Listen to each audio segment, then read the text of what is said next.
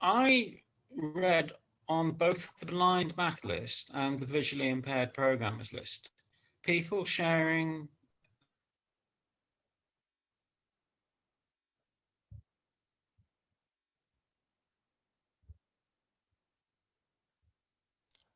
Jonathan, we lost you.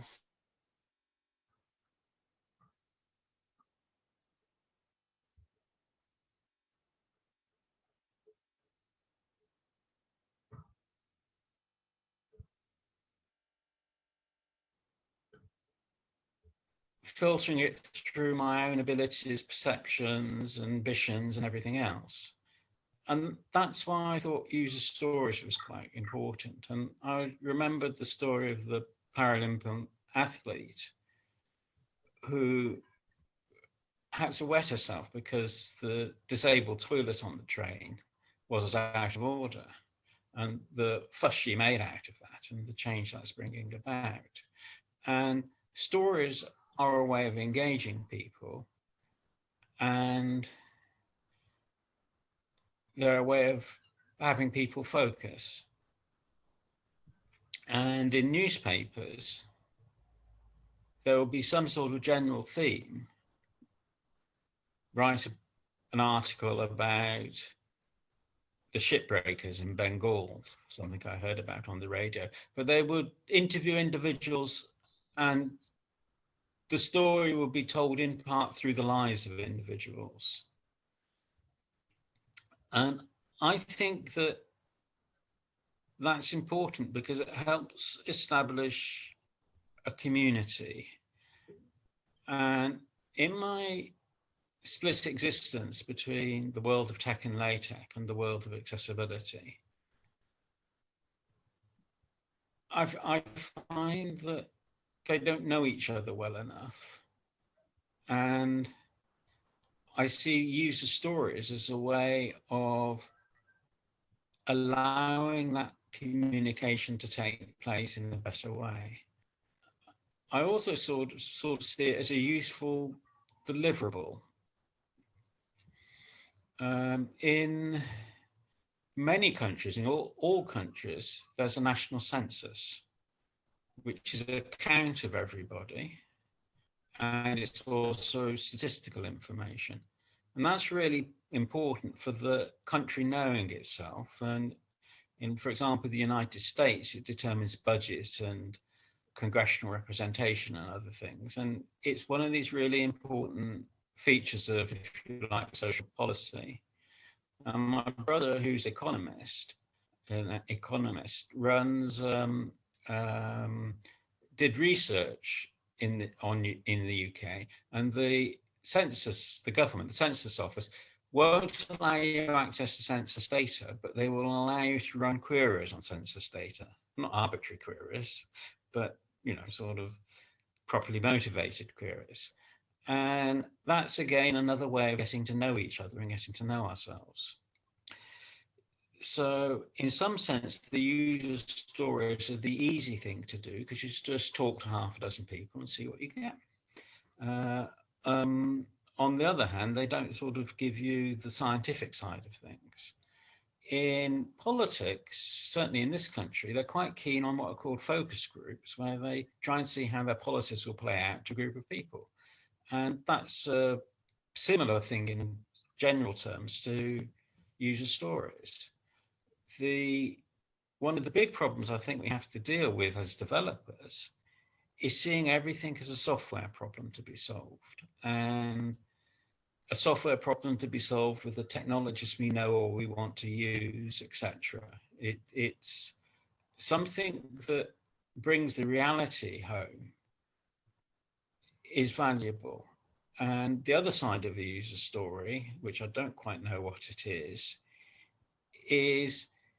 the expectations of, for example, disabled people about what the software can do and what the software can't do and what expectations are reasonable. So I see all that sort of communication is to take place. And for disabled access, one of the key things in recent years has been the legal provision and not providing access not making an effort to provide access for disabled people or people with disabilities is seen as a form of discrimination or akin to discrimination. And there are financial penalties for it. I've worked in the Open University, although not directly in teaching, but the teaching materials have to be accessible, and I'm involved in the production of teaching materials. And so I sort of am on the edge of conversations about difficulties students are having and whether the university is making a reasonable adjustment. And in all these conversations, there's this awareness that the university's got a legal responsibility and may have to make a settlement if it fails in that legal responsibility, just as if it leaves a manhole cover open and somebody falls into it. And I see the sort of multiple aspects of the disabled student, the advocates within the organization, and the legal situation acting as a very powerful force. And things such as user stories allow that to take place. To put it another way, if there's an accessible technology and the students and the people in the universities don't know about it, they can't campaign and insist that technology should be made available. I had a small example of that today because on the blind math list, somebody said, help, there's a problem in my JSON file and I can't find out what it is. And because it's a blind person, the JSON file doesn't have any indentation. What they sent on the news group didn't have any indentation in it at all. It is a sort of waste of space, if you like. And I took that and found a JSON checker called JSLint and put it into there and found that there was an error. And with my eyes, I saw where the error was, because they put a red line where they detected error. The error was several lines before. And I was all set to say that you put a curly brace when it should have been a square bracket.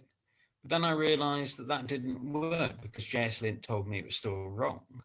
And in fact, it was a missing square bracket, which then had to be followed by a curly brace. The curly brace was there, but the square bracket before it wasn't. That's a bit of a long and technical story, but JSLint for somebody who is blind is considerably harder to use than somebody who is sighted.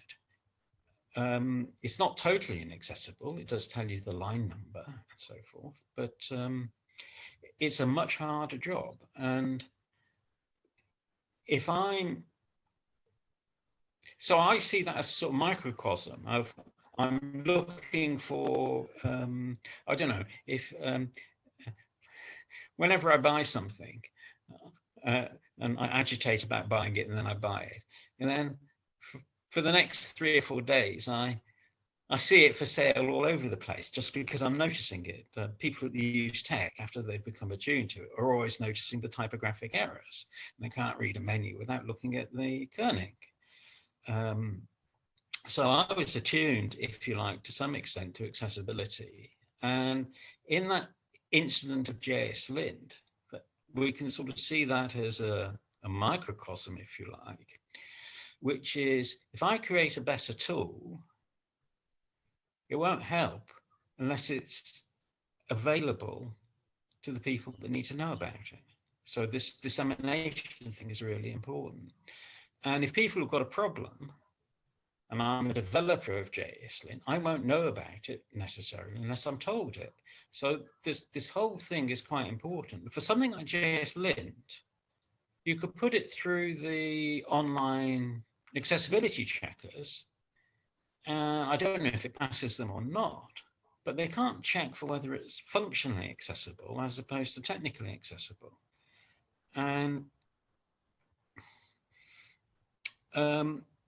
now, there's something else about the stories I listened to, read on the blind, math, and the visually impaired groups, which is they had a lot of well, not a lot, but they have detail. And if I was looking at one particular thing, such as how should we make LaTeX, how should we make mathematics available to in such and such a situation, and miss out on a great deal.